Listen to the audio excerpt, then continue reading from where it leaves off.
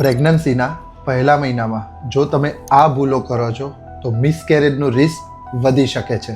હું doctor Chintan Thakkar, gynaecologist and pregnancy care expert.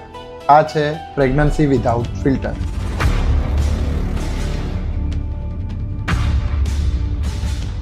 પ્રેગ્નન્સીના શરૂઆતના મહિનામાં ડાયટ અને લાઇફસ્ટાઇલનું ખૂબ મહત્ત્વ હોય છે.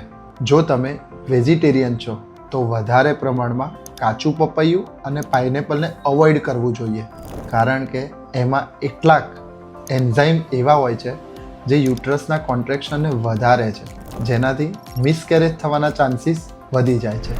અને જો તમે નોન વેજીટેરિયન છો તો raw meat, half cooked egg અને અનસેફ ફિશ અવોઇડ કરવી જોઈએ. એમાં કેટલાક બેક્ટેરિયા એવા હોય છે જે સિવિયર ઇન્ફેક્શન ક્રિએટ કરે છે, જેનાથી મિસકેરેજના ચાન્સીસ વધી જાય છે. ખાસ કરીને મર્ક્યુરી ફિશ જેવી કે શાર્ક ફિશ અવોઇડ કરવી જોઈએ.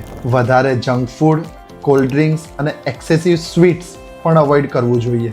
અને સૌથી મહત્ત્વનું, બહારનું ફૂડ, વાસી ફૂડ બિલકુલ અવોઇડ કરો.